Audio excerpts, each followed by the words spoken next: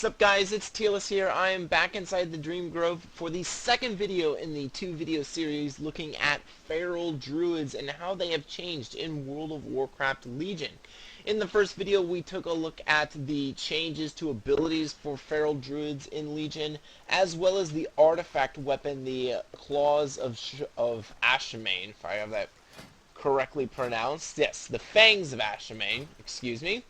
So the artifact weapon and the abilities were discussed in the first video. In this second video, we are going to be looking at the actual talents for a feral druid. Now, I discussed in the first video that it's kind of disappointing that so little has changed for a feral druid in World of Warcraft Legion, and I am sorry to tell you that that is the same for the talent trees.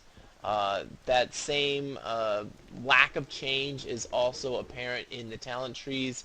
You will see very little in the PvE talent trees. However, the PvP talent tree will be brand new, so that'll be something new that we get to go over. However, do not expect much change in the the PvE talent tree. The big thing that you will want to know is we will be talking about affinities, which is probably it's odd. It's only one talent tier change, but it is probably the most significant change for any talent tree period across the board in all classes, and that's because of what it aims to do. So let's go ahead and take a look at the talent tree. Starting off with the PvE talents.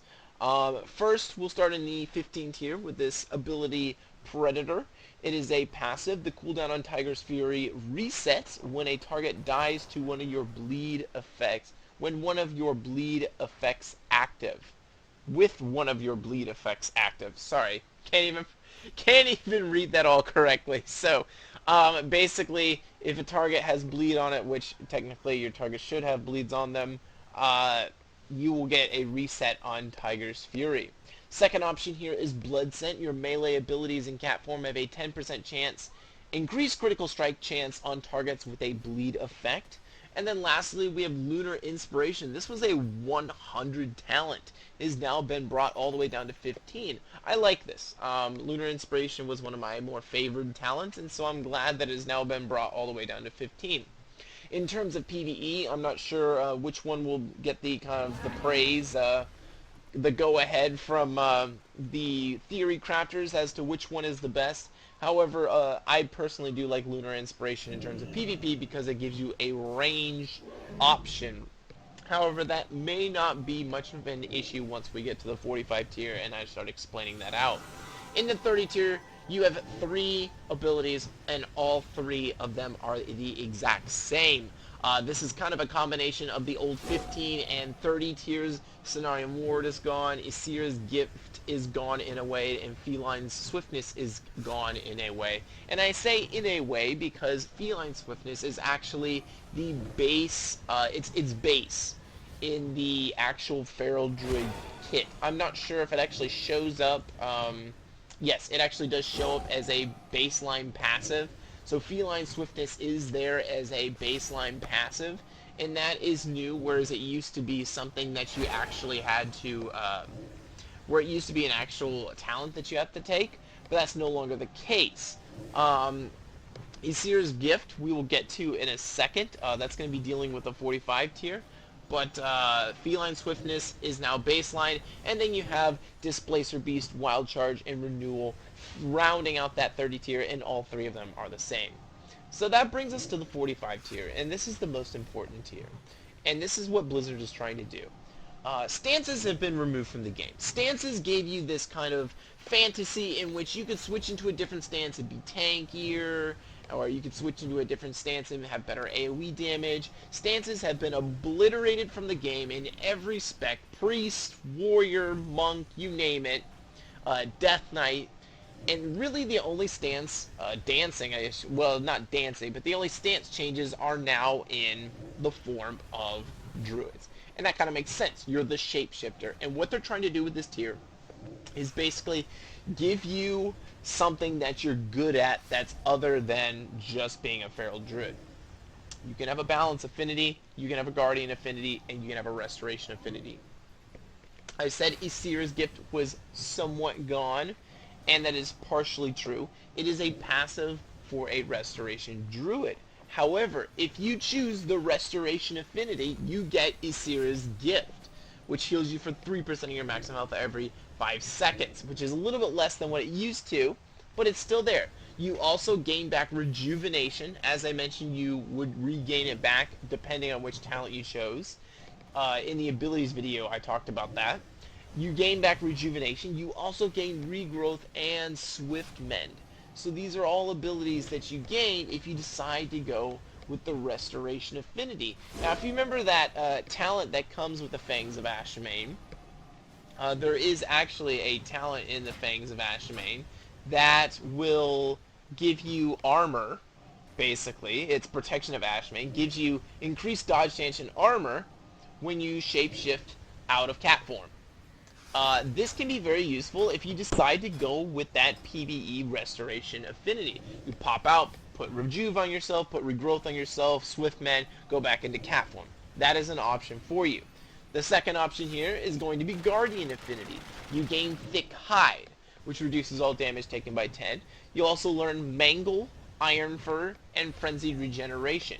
Now, Frenzied Regeneration, you guys know how that functions. It functions very similar to how it does on live. I believe it has, I do believe that it actually does have a charges to it now, which is a little bit different. We'll get into that when we get into the Guardian video. And Iron Fur is a new damage mitigation. Before, damage mitigation was kind of about, you know, dodging, and they decided that dodging should definitely be a Brewmaster mechanic, not a, you know, not a Guardian Druid mechanic. So they replaced it with Iron Fur, which is a different type of mitigation, which I will get to in the Guardian video when I get to Guardian Druids. But you get, access. I was trying to get the right word out there. You get access to Mangle, Iron Fur, and Frenzied Regeneration if you choose Guardian Affinity. The third option here is Balance Affinity, and this is the one I chose. And the reason why I chose this, and I told you that I would explain this in this video, is basically the passive that you get, which is Astral Influence. It increases the range of all your abilities by 5 yards. That includes every single one of your melee abilities. Maybe for PvEer, this is not what you want. For PvEer, you may be looking more towards Ysera's Gift or Guardian Affinity to help out your raid. I can totally understand that. But in terms of PvP, I really do believe that Balance is the best one, and that is because of the range. Now, you're still going to have stuff like Infected Wounds, and you have the snare off of Rake, but having a 10-yard range on your melee abilities, I mean, look how far away I am, and I'm able to attack with my full entire, you know, course of abilities, and that's a long range. You know, to be able to have a 10-yard range on all of your melee abilities, that's what makes Balance Affinity so powerful as a Feral Druid in a PvP setting, and that is why I've chosen it. I really could care less for Moonkin form. Star Surge is really not something I really care about. Same thing with Lunar Strike, Solar Wrath, which Solar Wrath is, by the way, just a renamed of Wrath. And Sunfire, I really could care less about that. All I really care about is, you know, having the ability to have the extra range on this. Now, it does come with Sunfire, which is another dot. So if you want to have Lunar Inspiration, Moonfire, Sunfire, and then all of your bleeds on the target, that could be something that you may want, but I'm pretty sure that in PvE that would end up being a DPS loss. I'm not quite sure. I'm not an expert in the mathematics behind what does the most damage in PvE, but this is basically what Blizzard is doing with this 45 tier, is they really want you to have something that you can tie yourself to. That you can be, okay, you know, like I am now able to, you know, dish out some, you know, magical damage from a distance if I need to, with Star Surge, Lunar Strike, and Solar Wrath, and Sunfire if I need to. And remember, Sunfire is an AoE dot, so maybe in PvE it will be useful to have Sunfire. You can open up with Sunfire before leading into all of your, you know, your thrashes and your swipes. to help out with some, you know, AoE damage in a PvE situation. That's something to think about there.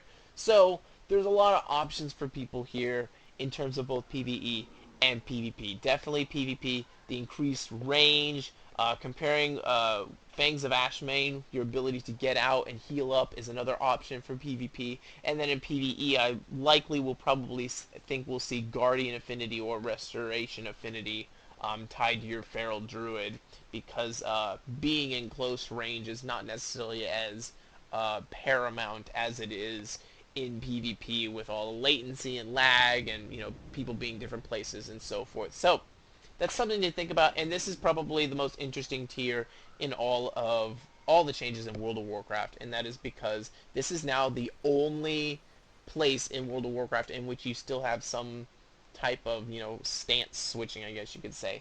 One downfall to the Balanced Affinity tier that I actually only discovered when doing the last video is that Moonkin Form actually has a 1.5 minute cooldown, which really stinks. And I'm not quite sure, to be honest, whether Lunar Strike and these abilities deal damage based on your agility. I think they do. They do deal damage based on your affinity. So you switch into Moonkin form and you're able to deal this damage, and it should deal, you know, 12,000 per tick. I do know for sure that Moonfire is based off of your agility, so it's doing 12,000 per tick. Moonfire should be pretty close, and it is. So expect your damage, to what you're able to do out of Moonkin form, to be pretty decent. You have all the core balanced Druid abilities there. The only thing you're really missing is Starfall. So this is good. It's like a playstyle choice. Definitely there will be better options in certain situations, but for the most part, it's a playstyle choice, and you get to kind of choose, you know, which one you like the best. And for me, it's having that 5 extra yards on Feral Druids in PvP. I think that's just so potent. In the 60 tier, you have 3 abilities, once again like the 30 tier, that are all the same. Every single one is the same. This is combining the old 45 tier with Mighty Bash in the 75 tier, so they're all combined into one now. Blizzard, by the way, really doesn't have themed tiers. I mean, yes, the 45 tier is a themed tier, but as you can see in the 30 tier, you're basically choosing between putting some distance between you and someone else, gaining some distance, or reducing the distance between you and someone else, or just healing yourself. Before, it would have been all gap closers in the tier. Or it would have been a tier all about healing. They've kind of shifted away from that. Yes, there will still be tiers that are like that. The affinity tier being one, you know, all about being a different affinity or choosing what your secondary form is going to be. And the 60 tier being all about some form of CC, I understand that. But for the most part, Blizzard has kind of cut out that that kind of requirement about each tier being about something specific, which I really do like. It really gives more diversity and choice, and kind of allows you to craft your character the way you want it to be. In the so just in review before we get to the 75 tier, everything is still the same in this tier. They all function exactly the same. They work the same. Just remember that with Astral Affinity, all of these have 5 extra yards on them, which is pretty cool.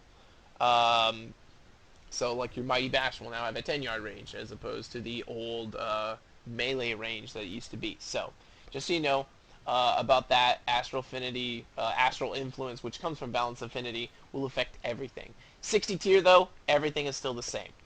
In the 75 tier, these abilities have all changed, and then we have the new incoming Savage Roar. I would never ever take this. I described in the last video how much I hate Savage Roar, and so I'm so glad that it is now a talent and I can say, oh, Savage Roar there. Well, I guess I only have 2 talent choices for the 75 tier because I have no desire to ever use Savage Roar. So I'm definitely happy about that. Let me go ahead just so you guys can see, just to make sure. Many spell visuals and effects have changed. Let me just go ahead and use Savage Roar so you guys can actually see here if it has changed at all. And you can see right there, that is the effect for Savage Roar. But otherwise, it is a increased damage ability. It's interesting for PvEers. I do not see ever a PvPer taking Savage Roar. I would consider it crazy to take this in PvP because it was frustrating enough to deal with in PvP, and now that it is gone, PvPers will actually get an option in Warlords of not Warlords of Draenor, in World of Warcraft Legion. Soul of the Forest has been changed. The old Soul of the Forest, your finishing moves grant 4 energy per combo point. Now it grants 6 energy per combo point. So a little bit of a buff there for Soul of Forest. In the middle here, we have Incarnation. This has been changed a little bit. Let me go ahead and read off the old one so you understand what it was. An improved cap form that allows the use of Prowl while in combat and causes Shredded Rake to function as if stealth were active. Here is the new one. An improved cap form that allows the use of Prowl while in combat, causes Shred and Rake to deal damage as if stealth were active, and it also reduces the cost of cap form abilities by 50% and increases maximum energy by 50%. So there's a lot there. Now, the big thing here is that you have to know that this now replaces Berserk, okay? So Berserk right now is on a 3-minute cooldown, and it gives you that buff. So basically what they have done now is they've taken the old Incarnation King of the Jungle and they have combined it with Berserk into one ability. Basically this is like reducing a button on your bar. I guess you could say, when you're comparing to live versus beta. It's just like, okay, we're just going to combine these for you so you don't have to worry about pressing both of them at the same time. I'm not sure if I like this. For the most part, Incarnation has stayed the same, but it's kind of a bummer that they would do something like this. I don't know what is going to be the more popular option, Incarnation or Soul of the Forest, but you choose Incarnation. Basically, you're just I guess you could say it's just an improved Berserk now, as opposed to Incarnation being a separate ability and Berserk being a separate ability. You choosing when, maybe you may not want to activate both at the same time, if the situation is different. You no longer have that option. It just replaces Berserk and you're forced to use both at the same time. So, I'm not sure how popular this will be. Compared to Soul of the Forest. For PvP, it'll easily be one of these two. Most likely, it'll still be Incarnation in PvP. PvE, if you really hate Savage Roar, it'll be Soul of the Forest. It could be Incarnation, I'm not sure. There's interesting options on this tier. All you need to know is that tier list will not be choosing Savage Roar. That is for sure. In the 90 tier, the old 90 tier for Druids has just been nuked. They got rid of everything. They hated it. So they nuked it all, and so now we have some new stuff here in the 90 tier, which is fun. Sabretooth, Ferocious Bite, always refreshes the duration of Rip. Well, this is great for PvEers because it basically allows you to basically take one thing out of your rotation. So not only is Savage Roar taken out of your rotation if you take Soul of the Forest, but Sabretooth allows you to take Rip out of the rotation as well. I mean, we'll show it right here. We can show it real quick. Just get enough for a Rip right there, and then we'll go ahead and use it here. Get Ferocious Bite, and we'll use it, and Rip is refreshed to the beginning. And it will be the beginning, it's always 24 seconds, so it's just going to be increased back to its full duration of 24 seconds. And so you just want to make sure that you have 5 points on the target, or else you'll be consistently refreshing something that you don't want. You'll have a lower damage Rip on there. So you just have to make sure that Rip is done with 5 combo points, and then you can continue to use Ferocious Bite from there on out.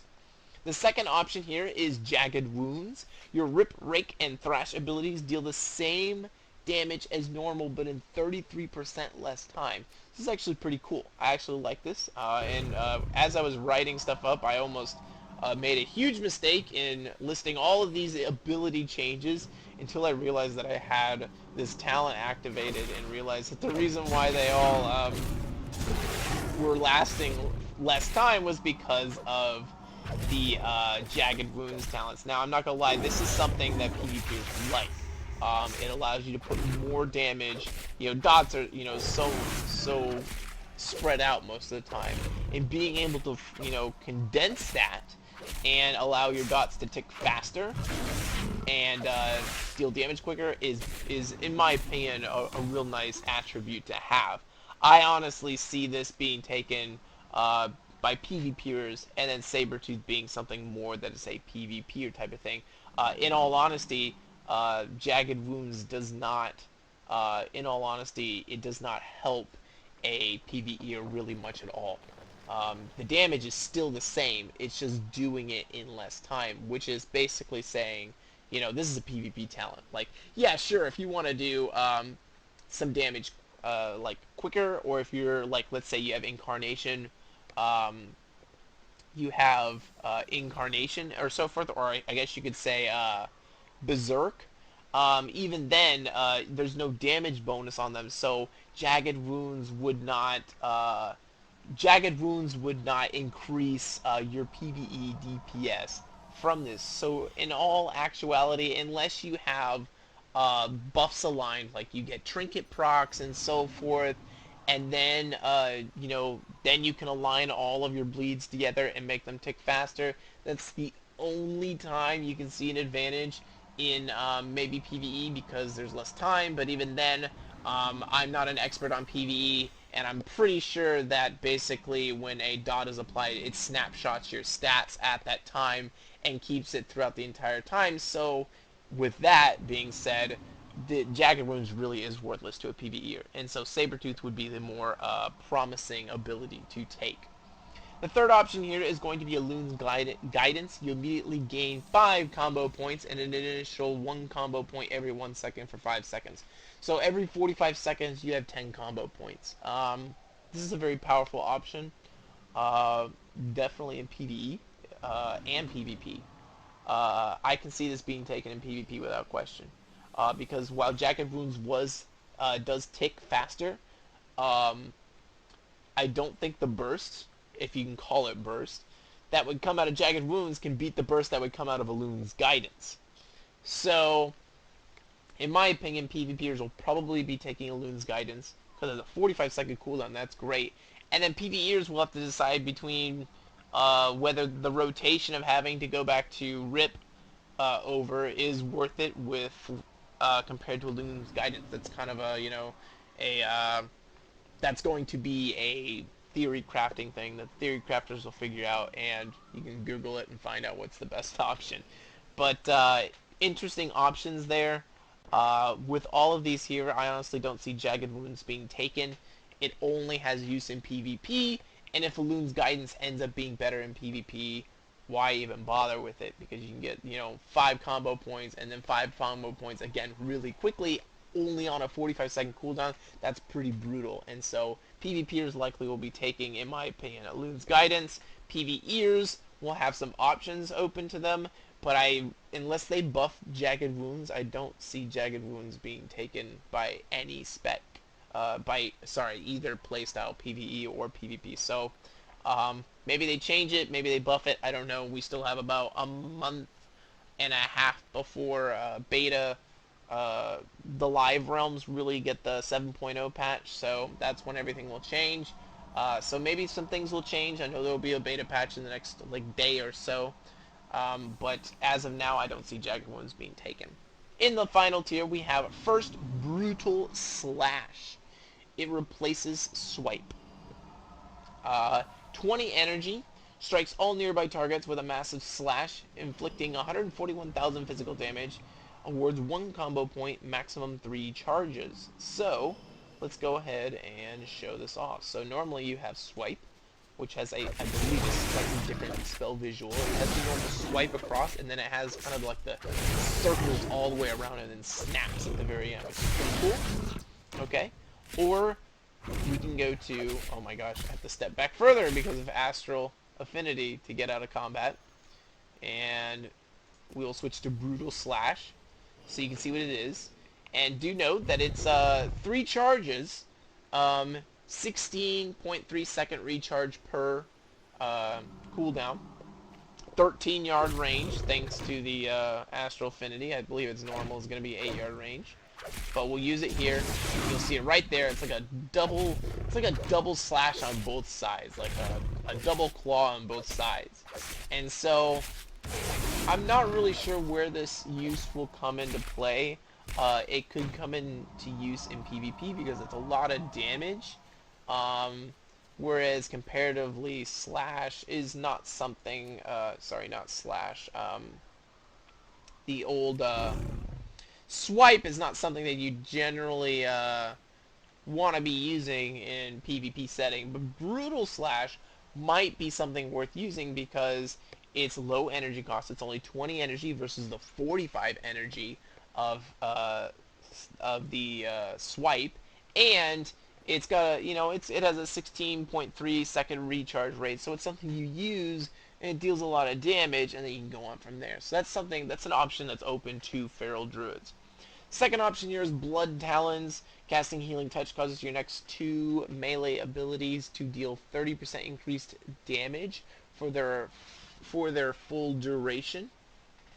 So I mean that would be, when they say full duration, they're talking about stuff like Rip and Rake. So just so you know.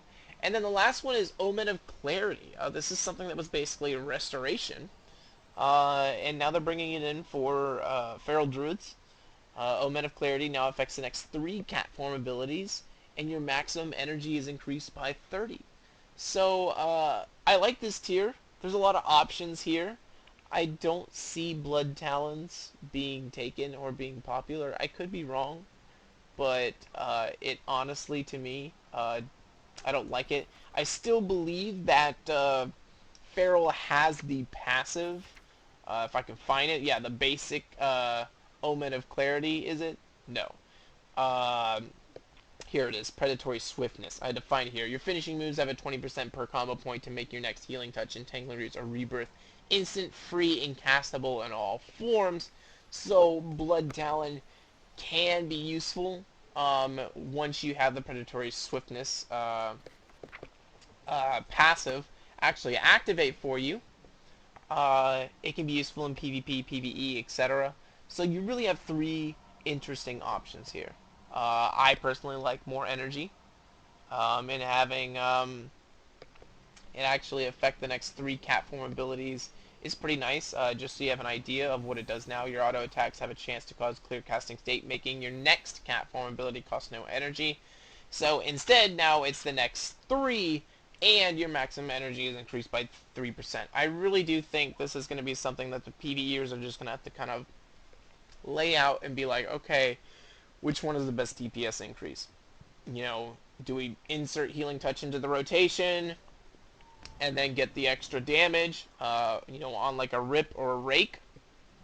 That could be very important, but then that also conflicts with something like if you have Sabretooth, you've had Rip going up for a long time, you would have to refresh it. There's a lot of factors going on here and things that you'll have to pay attention to. And then you'll also pay attention to whether or not Brutal Slash is something that people want in PvP, whether that damage that comes from it with only a 20 damage. Just to give you an idea, Shred does 90,000 physical damage to a target, 20,000 increased to bleeding targets, and while stealth, it does the extra 20% increased damage as it's done before. So, but just to give you an idea, Brutal Slash does 141,000 damage. So even though it's an AoE ability, it does better than your basic, your basic Shred. It does more than a Ferocious Bite, 106,000. However, Ferocious Bite can consume energy to increase damage by up to 100%. And then you top that on the fact that you get 30 extra energy from Moment of Clarity. So I'm just trying to lay out all of the options that are available to you as a feral druid. There's a lot going on here. Even though the talent tree has really not changed too much, a lot has changed here, and it could be very different depending on your playstyle. So a lot of playstyle options in the PvE talent tree. Let's go ahead and take a look at the PvP talent tree.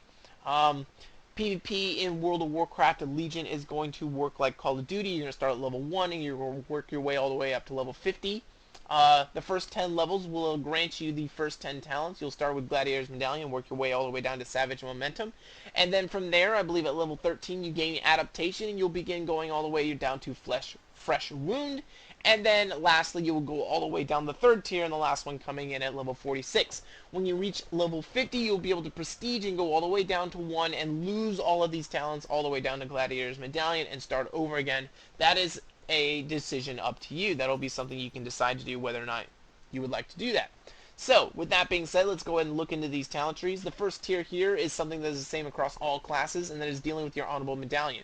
When you first enter a PvP match, you'll be given an Honorable Medallion. This Honorable Medallion is like the Heirloom PvP trinket. So, it's a 3-minute cooldown trinket. Gladiator's Medallion, the first talent we have here, is a 2-minute trinket, and it replaces your Honorable Medallion. So this basically gives you your basic standard 2-minute PvP trinket. Second option here is Adaptation. All loss of control effects with a duration of 5 seconds or more will activate your Honorable Medallion spell, but only causes it to incur a 60-second cooldown. I personally like this for PvP.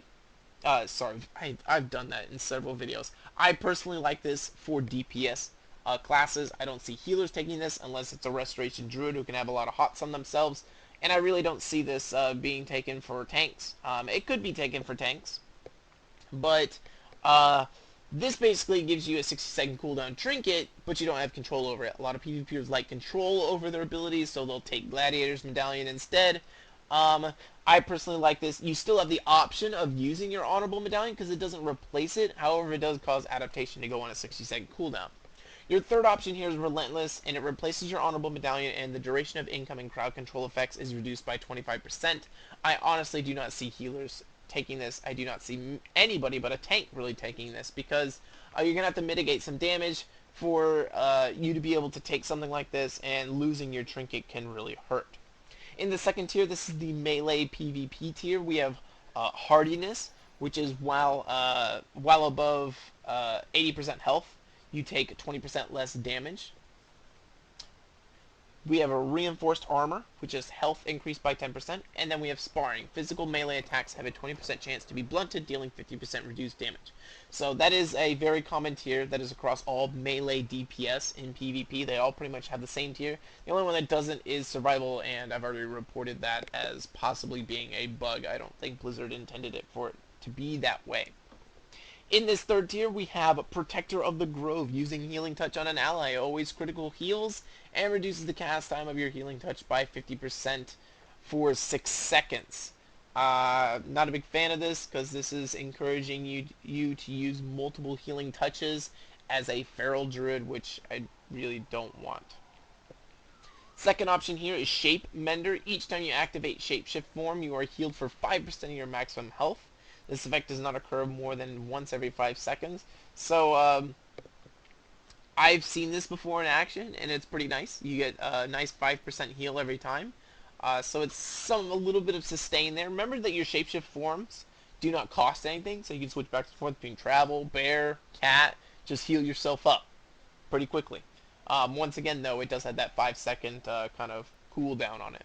The last one here is Leader of the Pack. Shred heals all nearby allies within 10 yards of the target for 24,000. So Leader of the Pack was taken out as an ability, a passive ability for Feral Druids, and they are bringing it back as a PvP talent. They've changed the icon, which would irritate the crud out of me, but they're probably doing it because it deals with Shred, and it's the Shred icon, so maybe that's why they're doing it. But I would really like to have the old regular Leader of the Pack icon there, because it's somewhat the same. It's a little bit the same. In the fourth tier, we have Pouncing Strikes. Rake now has a 10-yard range, causing you to leap to targets when used. Now remember, Rake is the new ability that now snares a target. And if it has a 10-yard range, that means with the Astral Affinity, it now has something like a 15-yard range. So you now have a 15-yard range in which you can jump to the target and snare them. That's pretty awesome. The next one here is Freedom of the Herd. Your stampeding roar clears all roots and snares from yourself and allies. That can be good, very good in a PvE setting. Sorry, a PvE setting. It can't even be used in a PvE setting. That can be very useful in a rated battleground setting where your whole team may be snared by someone and you can use Freedom of the Herd to get them away. There is Primal Vitality. When you enter Prowl, the cast time of your next healing touch is reduced by 100%. Not sure about this one. I can see its uses, but it just seems awkward. It's like if you're escaping and then you're able to get into Prowl form and then you get the instant cast healing touch. I don't know. I like pouncing strikes the most by far, especially on a one-to-one basis. Maybe for rated battlegrounds, Freedom of the Herd, but pouncing strikes would be my option in this tier. You have King of the Jungle, passive for every enemy you have Rip active on. Your damage and movement speed is increased by 4%, stacks up to 3 times. Getting Rip active on different enemies is irritating. It would be pretty irritating. Maybe if it was Rake, that'd be different. But Rip, not so much. And so getting a 12% movement speed through going all the trouble of getting Rip active on 3 different targets, to be honest, is not that worth it to me. There's Blood Trauma. Passive main now does increased. Main damage is now increased by 100%, but now incapacitates instead of stuns. Any attack will break the incapacitate. Another ability that I don't see PvPers taking. That stun is so potent. You know, it gives you kind of the rest as a feral druid. That's your setup. So making an incapacitate I don't think would be very useful. The last option here is Fury Swipes. Casting Thrash will remove the energy cost of your next swipe for 12 seconds. I really hate this tier. Let's just put that out here. There really isn't a talent in this tier that I'm really impressed with. This is all AoE focused.